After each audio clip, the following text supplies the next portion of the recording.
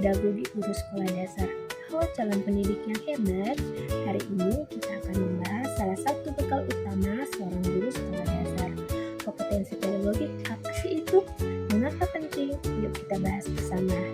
Nah, di sini ada tujuan pembelajaran, menjelaskan pengertian kompetensi pedagogik serta menjabarkan komponen kompetensi pedagogik, menyajikan contoh dan penerapannya di kelas sekolah dasar. Nah, apa sih itu pengertian kompetensi pedagogik? Ayo kita bahas. Nah, kompetensi pedagogik adalah kemampuan guru dalam mengelola proses pengajaran secara mendidik dan efektif, mulai dari memahami karakter siswa hingga mengevaluasi hasil belajar. Ini bukan sekedar keterampilan teknis, tetapi inti dari peran seorang guru. Nah, di sini juga ada komponen-komponen kompetensi pedagogik, memahami karakteristik peserta didik, serta setiap anak itu unik.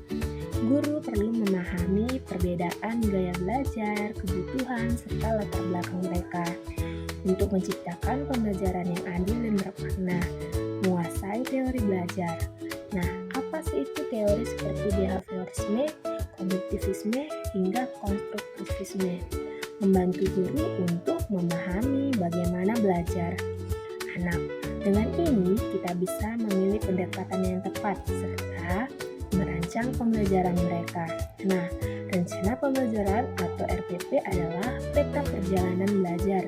Di dalamnya, guru bisa menentukan tujuan, materi, metode, serta penilaian. Dan strategi pembelajaran mendidik adalah pembelajaran yang aktif dan menyenangkan. Sangat penting di sekolah dasar. Strategi seperti discovery learning, bermain peran, hingga proyek kelompok dapat meningkatkan antusiasme belajar siswa.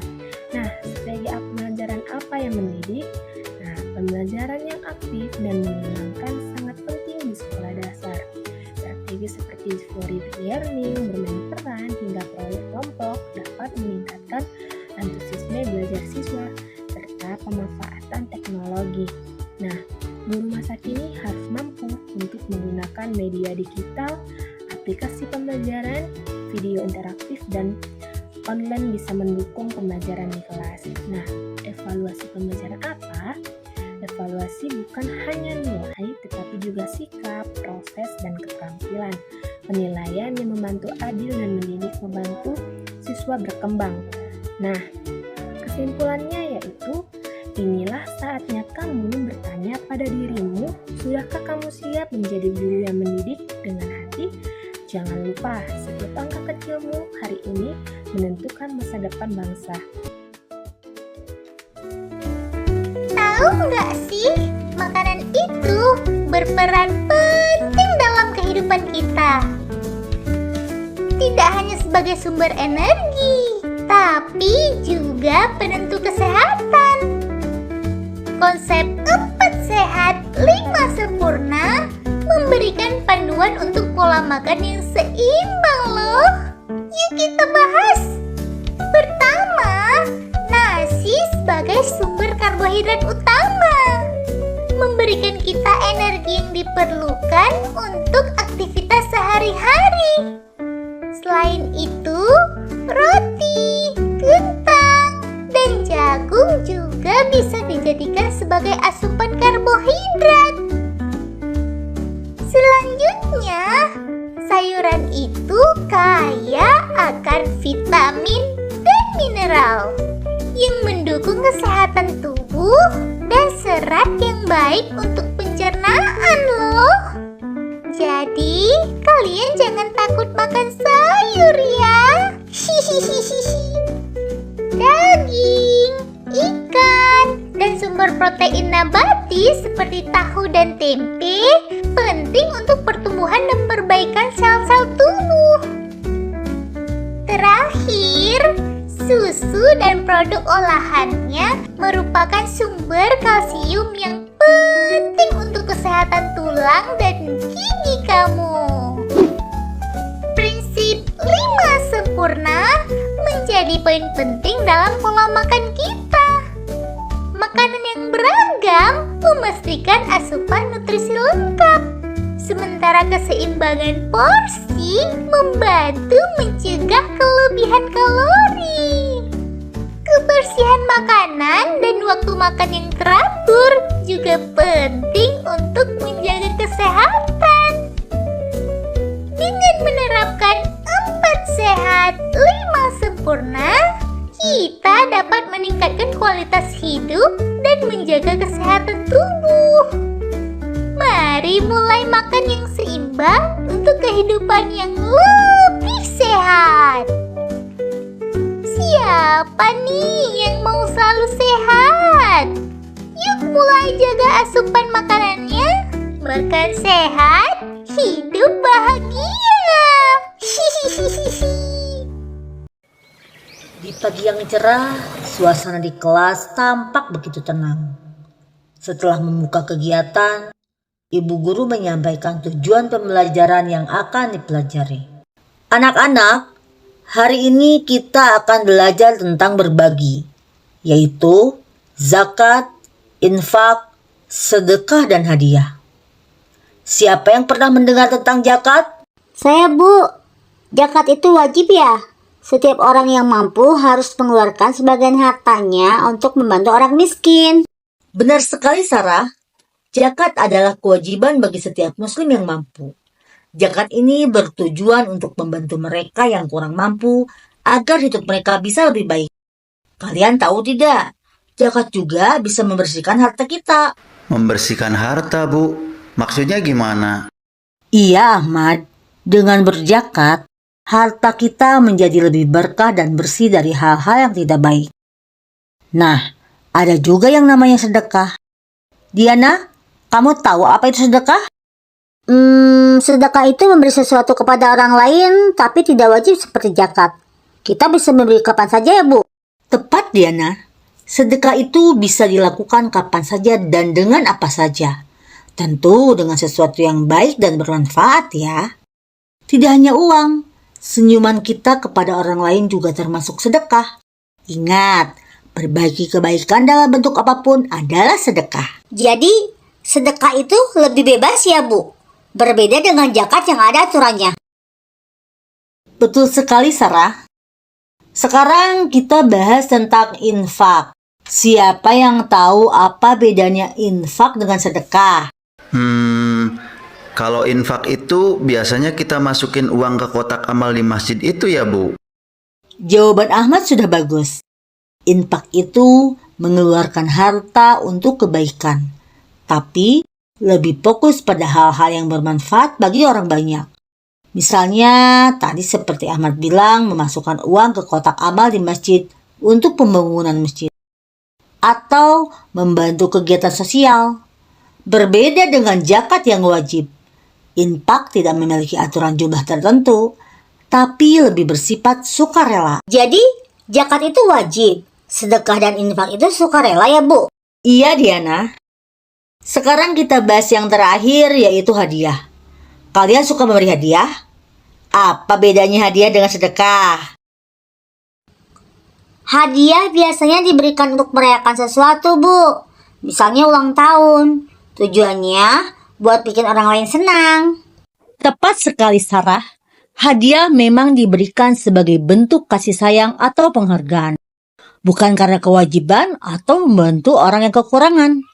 Jadi, meskipun semua ini melibatkan berbagi, niatnya bisa berbeda-beda. Wah, jadi banyak ya caranya berbagi itu, Bu. Zakat untuk membantu yang membutuhkan. Sedekah untuk berbagi kebaikan. Infak untuk hal-hal umum. Dan hadiah untuk membuat orang lain senang. Benar sekali, Ahmad. Yang penting kita harus ikhlas dan tulus dalam berbagi apapun bentuknya. Semua anak tampak paham dan tersenyum. Mereka merasa lebih mengerti tentang pentingnya berbagi dan memahami perbedaan antara zakat, sedekah, infak, dan hadiah. Pelajaran hari itu ditutup dengan diskusi santai dan anak-anak pun bersemangat untuk mempraktikkan pelajaran yang mereka dapat dalam kehidupan sehari-hari. Keesokan harinya, saat jam istirahat, Sarah, Ahmad, dan Diana berkumpul di bawah pohon besar di halaman sekolah. Mereka masih membahas pelajaran tentang zakat, infak, sedekah, dan hadiah yang diajarkan oleh ibu guru kemarin. Teman-teman, aku mau tanya sesuatu. Aku sering sedekah ke orang-orang di sekitar rumahku.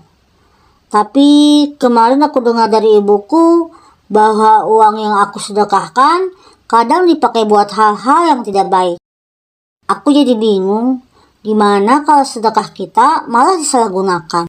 Wah, itu masalah besar, Sarah. Aku juga pernah mikir begitu. Aku ingin membantu orang lain, tapi takut kalau uangku malah dipakai untuk hal-hal yang tidak bermanfaat. Aku juga pernah ngalamin. Kemarin aku kasih hadiah buat sepupuku. Tapi setelah itu, dia malah jadi sombong dan pamer-pamer barang yang dia dapat. Aku jadi gak nyaman kalau kasih hadiah lagi. Mereka bertiga terdiam sejenak, merenung tentang masalah yang baru mereka sadari. Meski niat mereka baik, mereka mulai merasa ragu apakah perbuatan baik mereka benar-benar memberikan manfaat atau malah menimbulkan masalah baru.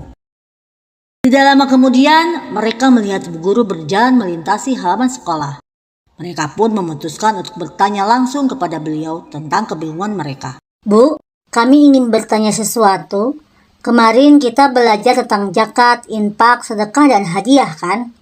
Tapi sekarang kami bingung, gimana kalau kita memberi sedekah atau hadiah, tapi orang yang menerimanya malah menggunakan atau menyikapinya dengan cara yang salah? Wah, ini pertanyaan yang bagus anak-anak. Pertama, niat kita dalam berbagi itu yang paling penting. Allah melihat niat kita, bukan hasil dari apa yang orang lain lakukan dengan pemberian kita. Tugas kita adalah berbagi dengan ikhlas tanpa mengharapkan imbalan. Tapi Bu, kalau uang sedekah kita disalahgunakan, apa itu salah kita? Tidak, Ahmad. Selama kita memberikan sedekah dengan niat yang baik, itu tidak akan jadi kesalahan kita. Namun, kalian juga harus bijak dalam memilih siapa yang diberi sedekah. Misalnya, kalau kalian ragu, lebih baik sedekah melalui lembaga yang terpercaya, seperti masjid atau yayasan yang memang mengelola dana untuk orang yang membutuhkan. Lalu, bagaimana dengan hadiah, Bu? Apa aku harus berhenti memberi hadiah karena takut orang yang menerimanya malah jadi sombong? Tidak, Diana. Hadiah adalah bentuk kasih sayang dan itu bukan salahmu kalau orang lain menyikapinya dengan cara yang salah. Yang penting, niatmu tulus memberi hadiah. Kalau kamu khawatir, kamu bisa memberi hadiah dalam bentuk yang lebih sederhana dan tidak membuat orang merasa harus pamer. Jadi, kita harus tetap berbagi, tapi juga bijaksana dalam melakukannya. Tepat sekali, Sarah. Islam mengajarkan kita untuk ikhlas dalam berbagi, tapi juga bijak. Kalian bisa terus bersedekah, berinfak, memberi zakat, dan hadiah. Tapi lakukan dengan hati-hati dan lihat siapa yang menerima. Dan ingat, kebaikan kalian akan selalu dihargai oleh Allah. Meski kadang hasilnya tidak selalu seperti yang kalian harapkan.